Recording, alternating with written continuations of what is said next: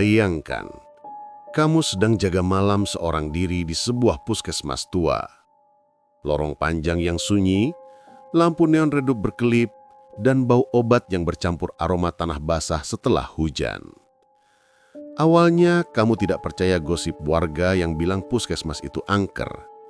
Tapi ketika langkah kaki tak terlihat mulai mendekat, bisikan lirih terdengar di telinga, dan bayangan putih berlumur darah muncul di ruang bersalin, kamu sadar ada sesuatu yang mengintaimu. Dan yang lebih mengerikan, hantu itu ternyata bukan orang asing, melainkan tetanggamu sendiri yang kematiannya penuh misteri. Inilah kisah nyata penuh teror dan rahasia kelam. Jaga malam di puskesmas angker, ternyata hantunya tetangganya sendiri. Pukul 11 malam. Hujan deras baru saja reda, menyisakan aroma tanah basah dan dedaunan yang meneteskan air ke aspal jalanan. Lampu-lampu jalan sebagian padam, menambah kesan muram desa kecil di pinggiran kota itu. Raka, seorang perawat muda yang baru ditempatkan di puskesmas desa Sukamulyo, melangkahkan kakinya dengan sedikit ragu. Ia ditugaskan untuk jaga malam, seorang diri, karena dokter dan perawat senior sedang ada pelatihan ke kota. Puskesmas itu terkenal angker. Orang-orang desa sering berbisik kalau bangunan itu dulunya bekas rumah tua yang dirobohkan sebagian, lalu dijadikan puskesmas. Banyak kisah beredar, pasien meninggal yang gentayangan, suara tangisan bayi di ruang bersalin, hingga bayangan putih melayang di lorong panjang. Raka berusaha menepis semua cerita itu. Cuma sugesti. Aku kan perawat, harus profesional, gumamnya sambil membuka pintu depan puskesmas. Suara, kriet! Pintu tua itu membuat bulu kuduknya meremang. Di dalam suasana sunyi, hanya terdengar bunyi tetesan air dari atap bocor dan dengung lampu neon yang redup. Raka menyalakan senter kecil, lalu memeriksa ruang demi ruang. Ruang IGD kosong. Ruang bersalin lengang. Lorong panjang yang menuju ruang rawat inap terasa berbeda. Udara di sana dingin menusuk, seperti ada mata yang mengawasi setiap langkahnya. Raka menghela nafas panjang. Santai, Rak, ini cuma perasaanmu aja. Jam menunjukkan pukul 12 lewat 15 menit. Raka duduk di meja administrasi sambil membuka catatan pasien. Tiba-tiba, suara langkah kaki terdengar dari lorong. Perlahan, satu persatu. Tok, tok, tok. Raka menajamkan telinga. Siapa ya? Ada pasien darurat? Gumamnya sambil berdiri. Namun saat ia menoleh, lorong itu kosong, hanya lampu redup yang berkelip-kelip seakan hampir padam. Raka menelan ludah. Mungkin tikus atau kucing masuk. Ia kembali duduk. Tapi baru beberapa menit terdengar suara ketukan pintu ruang bersalin. Pelan tapi jelas. Tok, tok, tok. Dengan langkah hati-hati, Raka mendekat. Pintu itu tertutup rapat. Ia dorong perlahan. Gelap. Hanya meja periksa dan ranjang kosong. Namun tiba-tiba, bau anyir darah menusuk hidungnya. Raka menutup mulut. Ia tahu ruangan itu sudah dibersihkan sore tadi. Dan ketika ia hendak keluar, matanya menangkap bayangan putih berdiri di pojok ruangan. Tinggi, rambut panjang menutupi wajah. Gaun compang-camping penuh noda merah. Raka mundur dengan nafas tersengal. Astaga, astaga. Bayangan itu bergerak. Kepalanya berputar perlahan, menatap Raka dengan tatapan kosong. Raka langsung menutup pintu dan berlari ke meja administrasi. Tangannya gemetar saat mencoba meraih ponselnya. Namun tidak ada sinyal sama sekali. Lampu tiba-tiba mati. Gelap gulita. Dalam gelap, terdengar suara perempuan berbisik di telinganya. "Kenapa kamu di sini? Ini tempatku." Raka hampir berteriak tapi suaranya tercekat. Ia menyalakan senter, mengarah ke sekeliling. Tidak ada siapa-siapa. Namun ketika ia menoleh ke kaca jendela, jelas terlihat pantulan wajah pucat seorang perempuan berdiri tepat di belakangnya. Rambutnya meneteskan air, matanya merah menyala. Raka sontak berbalik. Kosong. Pukul 2 dini hari. Raka akhirnya memberanikan diri keluar untuk mengecek ruang rawat inap. Ia merasa ada sesuatu yang harus ia temukan.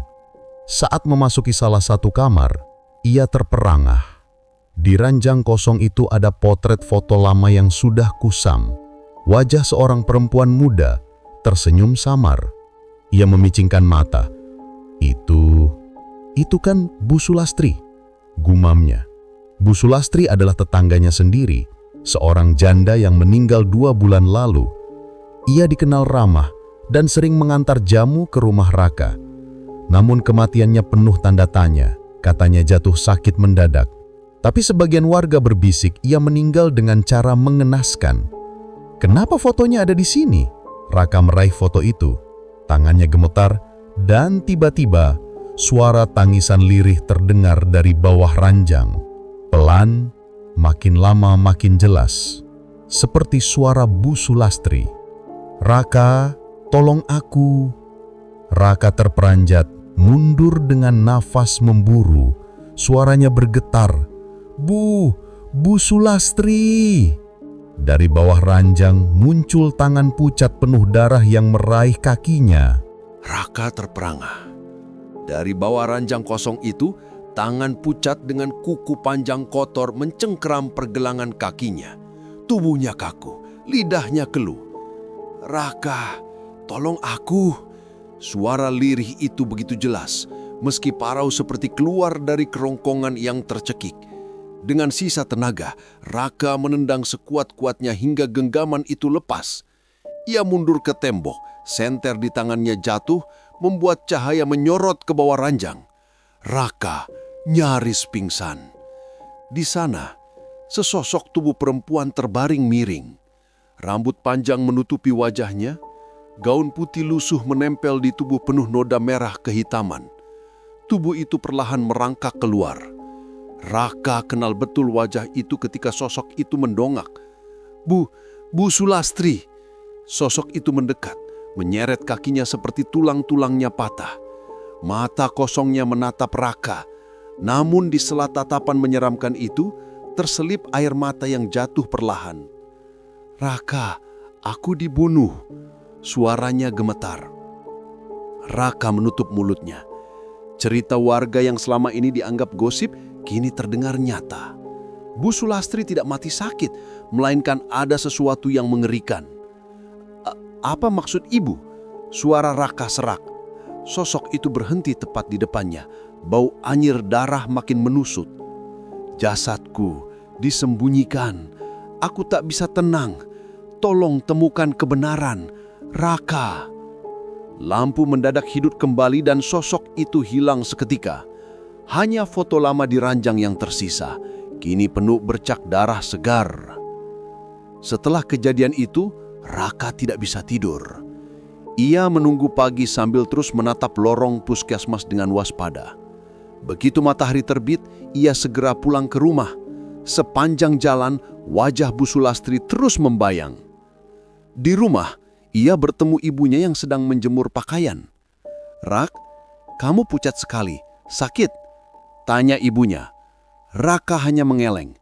Ia ragu untuk bercerita, tapi saat melihat halaman rumah Bu Sulastri yang sepi, hatinya semakin gelisah. Akhirnya, ia nekat mendatangi Pak Darto, ketua RT. Pak, saya mau tanya soal Bu Sulastri. Dulu katanya beliau meninggal karena sakit. Benarkah begitu? Pak Darto terdiam, matanya menajam. Rak, jangan tanyakan hal itu. Sudah, anggap saja memang ajalnya. Tapi Pak, saya merasa ada yang aneh. Pak Darto menepuk bahunya keras. Kalau kamu masih pengen tinggal tenang di desa ini, jangan pernah gali lagi cerita lama.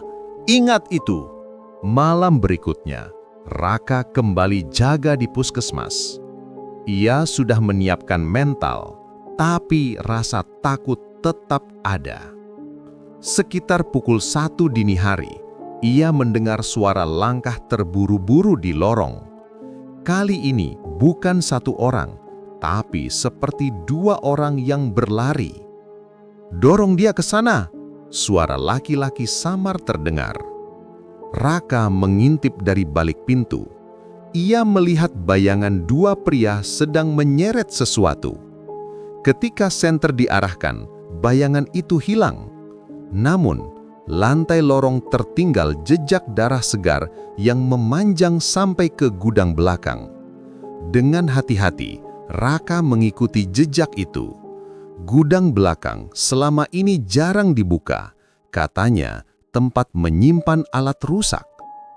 Ketika pintu gudang didorong, bau busuk menyengat menusuk hidung. Dan di dalamnya, ada gundukan tanah yang tampak baru saja ditimbun. Raka tertegun. Gundukan tanah itu tidak sebesar makam, tapi jelas ada sesuatu yang disembunyikan. Tiba-tiba, di belakangnya terdengar suara lirih. "Raka, di sini." Ia menoleh dan sekali lagi sosok Bu Sulastri berdiri. Kali ini tubuhnya lebih utuh, tidak terlalu menyeramkan. Namun wajahnya penuh luka lebam, bibirnya robek seperti korban kekerasan. "Di sini, jasadku." Raka tercekat. "Bu, siapa yang melakukan ini?" Sulastri menatapnya dengan mata berkaca-kaca. Bibirnya bergerak pelan. "Orang dekat yang kamu kenal. Malam itu, aku dibungkam di sini." Sebelum sempat menjawab lebih jauh, suara keras terdengar dari pintu gudang. "Siapa di dalam?" Raka buru-buru menutup pintu. Dari celah, ia melihat Pak Darto dan seorang pria bertubuh besar. Mereka membawa sekop. "Sudah kubilang, jangan dekat-dekat tempat ini." Suara Pak Darto keras. Raka langsung bersembunyi di balik rak kayu. Jantungnya berdegup kencang. Dari persembunyiannya, Raka mendengar percakapan itu. Pria besar itu berkata, "Kalau ada yang tahu jasadnya masih di sini, kita bisa celaka, Pak." Pak Darto mendesis, "Tenang, semua orang percaya dia mati sakit. Kalau bocah itu, Raka, banyak tanya, kita harus kasih pelajaran." Raka menutup mulutnya. Kini ia yakin Bu Sulastri benar-benar dibunuh dan dikubur di gudang puskesmas. Malam itu, ia pulang dengan tubuh bergemetar. Ia tahu hidupnya dalam bahaya, tapi ia juga tahu Bu Sulastri tidak akan tenang sebelum kebenaran terungkap.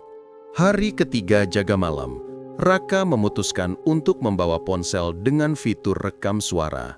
Ia ingin membuktikan semua ini. Sekitar pukul 2 dini hari, arwah Bu Sulastri muncul lagi. Kali ini lebih jelas, tanpa darah, hanya wajah sendu penuh luka. "Raka, tolong aku, bawa aku keluar, biar semua orang tahu." Raka mengangguk. "Iya Bu, saya janji." Namun tiba-tiba, pintu puskesmas digedor keras. Pak Darto bersama pria besar itu masuk. Wajah mereka garang. "Rak, kau banyak tanya ya?" teriak Pak Darto. Raka mundur, tapi saat itu juga lampu padam. Udara membeku. Dari kegelapan, terdengar jeritan mengerikan. Pak Darto menjerit, "Ah, lepaskan! Jangan! Jangan!" Cahaya kilat menyambar dari jendela. Raka melihat dengan jelas. Arwah Bu Sulastri mencekik Pak Darto. Wajahnya berubah mengerikan. Pria besar itu pingsan seketika. Sulastri menatap Raka dengan mata berkilat. "Raka, kuburkan aku dengan layak." Tubuhnya lalu memudar meninggalkan aroma bunga melati. Keesokan harinya, Raka melapor ke polisi dengan bukti rekaman suara. Ia juga menunjukkan gundukan tanah di gudang puskesmas. Penggalian pun dilakukan. Dan benar, jasad Bu Sulastri ditemukan di sana dalam kondisi mengenaskan. Kasus ini membuat geger seluruh desa. Pak Darto dan kaki tangannya ditangkap. Motifnya terungkap. Bu Sulastri tahu rahasia gelap mereka soal korupsi dana pembangunan desa, sehingga ia dibungkam selamanya. Arwah Bu Sulastri akhirnya dimakamkan dengan layak di pemakaman desa. Sejak malam itu, suasana puskesmas kembali tenang. Tidak ada lagi suara tangisan atau bayangan putih di lorong. Raka berdiri di depan makam Bu Sulastri, menaruh bunga melati. "Tenanglah, Bu, saya sudah tepati janji." Angin sepoi berhembus, seakan membawa bisikan lembut. "Terima kasih, Raka." Raka menatap langit. Malam itu, untuk pertama kalinya, ia bisa berjaga di puskesmas tanpa rasa takut.